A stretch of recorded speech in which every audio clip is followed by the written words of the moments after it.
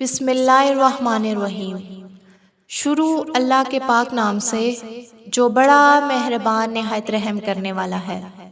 السلام علیکم معزز سامعین، اگر آپ کو ہماری اسلامک ویڈیوز پسند آ رہی ہیں تو ہمارے چینل کو سبسکرائب کریں اور بیل آئیکن کو پریس کریں تاکہ ہماری آنے والی ویڈیوز آپ تک پہنچتی رہیں۔ معزز سامعین، ہمارا آج کا موضوع گفتگو ہے حضور صلی اللہ علیہ وآلہ وسلم کا جانوروں کے ساتھ حسن سلوک۔ ایک مرتبہ ہمارے نبی تشریف لے جا رہے تھے تو آپ کو اچانک آواز آئی، یا رسول اللہ۔ آپ نے ادھر ادھر دیکھا مگر آپ کو کوئی نظر نہیں آیا۔ آپ کو پھر سے آواز آئی، یا رسول اللہ۔ تو پھر آپ نے دیکھا ایک ہرنی آپ کو پکار رہی تھی۔ وہ ہرنی رسی کے ساتھ بندھی ہوئی تھی۔ تو آپ اس کے قریب گئے اور پوچھا کہ کیا ہوا؟ تو ہرنی بولی، یا رسول اللہ، آپ کے کچھ ساتھی مجھے پکڑ لائے ہیں۔ یا رسول اللہ، میرے چھوٹے چھوٹے بچے ہیں، وہ بھوک سے تڑپ رہے ہوں گے، آپ مجھے چھوڑ دیں، میں ان کو دودھ پلا کر واپس آ جاتی ہوں، اب وہ پرائی چیز ہے۔ تو آپ نے فرمایا اگر تم واپس نہ آئی تو پھر؟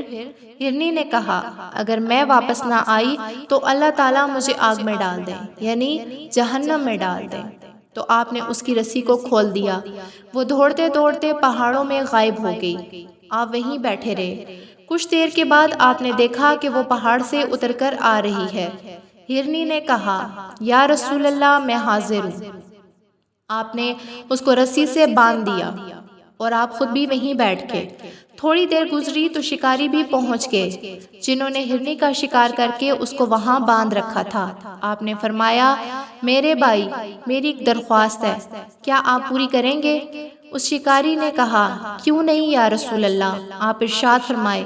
تو آپ نے ارشاد فرمایا، کیا آپ مجھے یہ ہرن ہدیہ کر سکتے ہیں؟ تو شکاری بولے، یا رسول اللہ، یہ سب کچھ آپ ہی کا تو ہے۔ آپ بولے کہ نہیں، بس مجھے یہ ہرن ہدیہ کر دو۔ تو شکاری اس پر راضی ہو گئے۔ تو آپ نے اس ہرن کی رسی کو کھول دیا اور فرمایا کہ جا اپنے بچوں کے پاس جا۔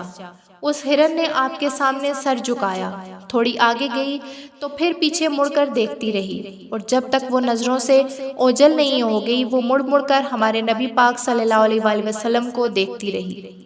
سبحان اللہ، قربان جاؤں اپنے نبی پاک پر جو جانوروں کی بولیاں بھی سمجھتے ہیں۔